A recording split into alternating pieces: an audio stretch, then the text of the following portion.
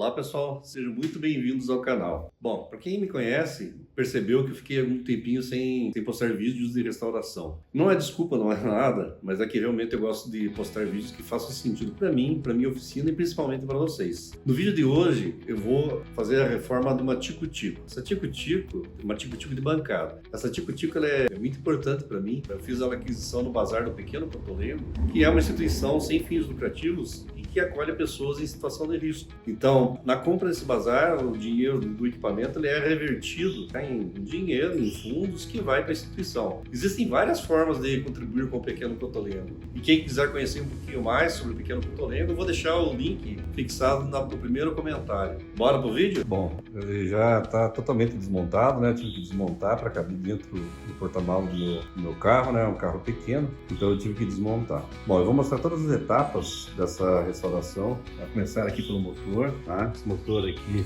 é um motor Brasil de 1/4 de HP, né? Um motor de 2 tensões, pode ser ligado em 110 e 220, com partida auxiliar, né? Tem um capacitorzinho aqui. Então nós vamos primeiramente desmontar ele inteirinho aqui e verificar os rolamentos e verificar se tem condição de funcionamento. Depois, a segunda parte vai ser a restauração da própria tico-tico, né? Uma tico-tico de bancada, como eu falei para vocês, da mecânica ali. Então, aparentemente, essa precisa de realmente ter alguns reparos, né? Uma limpeza, lubrificação. Ela foi bastante utilizada. Ela tem um reparozinho que acho que precisa ser trocado, mas aparentemente está funcionando. Então, vamos fazer toda essa limpeza, a lubrificação, verificar o que está faltando nela para colocar ela funcionar. Depois aí temos o suporte. O suporte foi bem improvisado aqui, ele está até fora de esquadro, bem tortinho, né? E enferrujado. Vou tentar fazer ele ficar operacional aí. E se for o caso, não ficar legal, monta na própria bancada. Mas em princípio ele deve atender.